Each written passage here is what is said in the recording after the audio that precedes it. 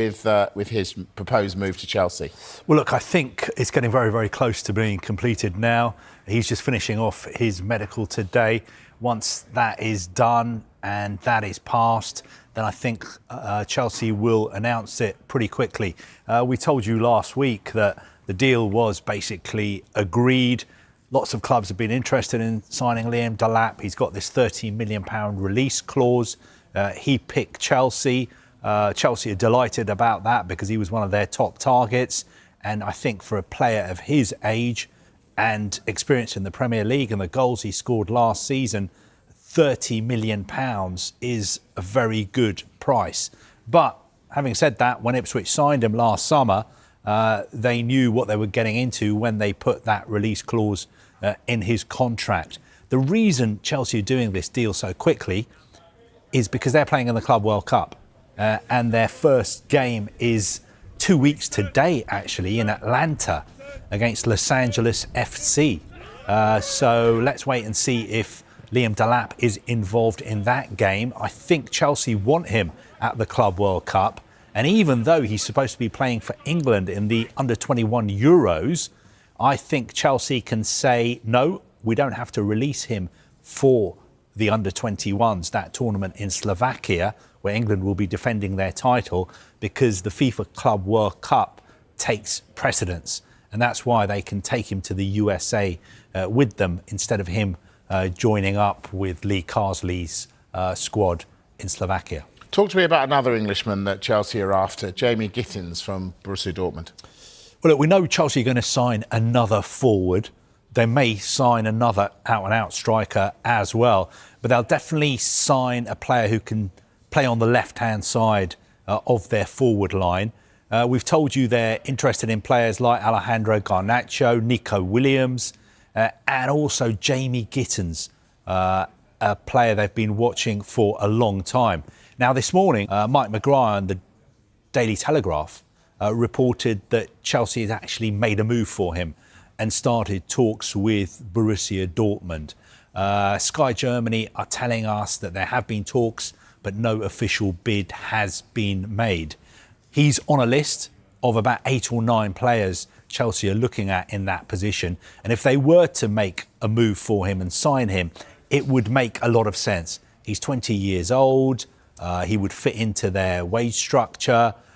He's developed very well since he's been at Borussia Dortmund. He's got experience of playing in England. He started out at Reading. I think he spent a bit of time at the Chelsea Academy before moving to Manchester City as well. And we've seen Chelsea's model, really, under their present owners, is to buy young, developing players who fit into their wage structure. Do you see Chelsea being really busy in this window? I think they will be.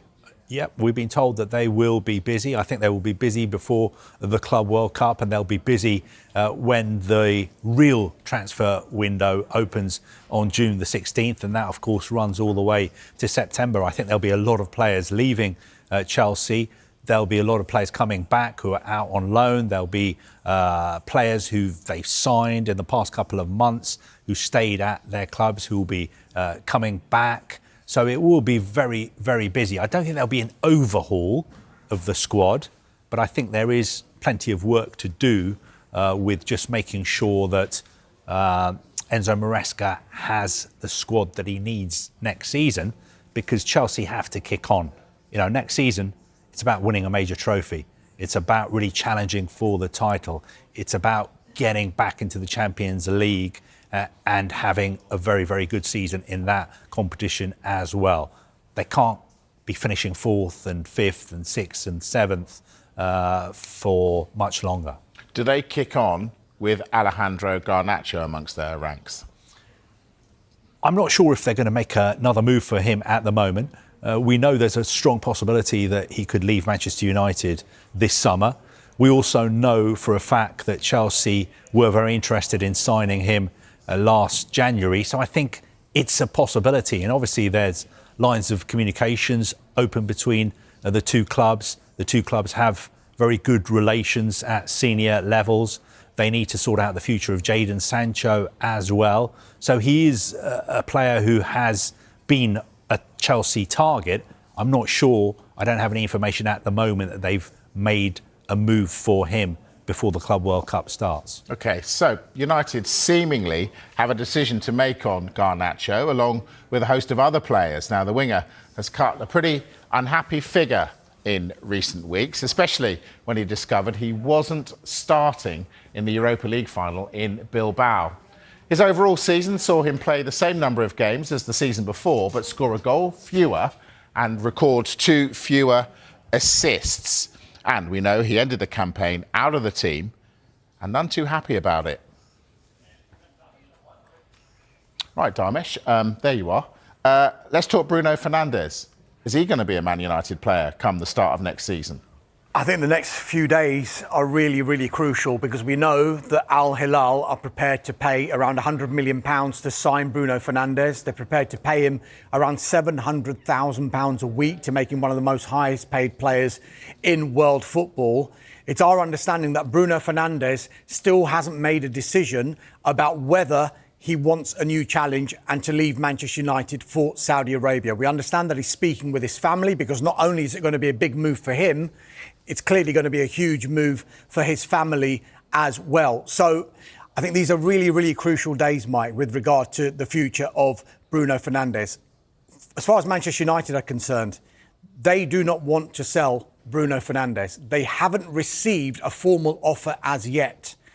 And I'm told that they will only consider any kind of offer for Bruno Fernandes if, of course, an offer comes in, but if Bruno Fernandes makes it clear to them and communicates to them that he does indeed want to seek a new challenge. So that is a situation that Bruno Fernandes and Manchester United find themselves in at the moment. You could argue, look, on the pitch, they can barely afford to do without him because of how he performed last season. Where would they have been had Bruno Fernandes not performed like he did?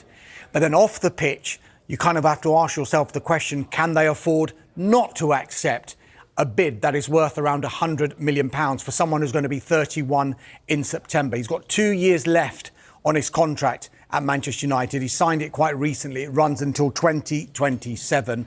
United clearly don't want to sell, but if Bruno Fernandes makes noises, I want to see what they've got to say, see what they offer, then Manchester United will then weigh it up. It's a really interesting one. As is Anthony's situation. Is he coming back to United? Well, by the terms of his contract, at the moment, he is. He had a really good spell at Real Betis, scored 9 goals in 24 starts for them at the back end of last season. It was a straight loan move from Manchester United to Real Betis. I'm told that lines of communication between Manchester United and Betis remain open over a potential deal. However, Manchester United would want to do a permanent deal for Anthony if they are to let him go, over doing another loan move for Anthony. And a permanent move, it's going to be really, really difficult for Real Betis to be able to afford the kind of asking price Manchester United would want. If you go back to January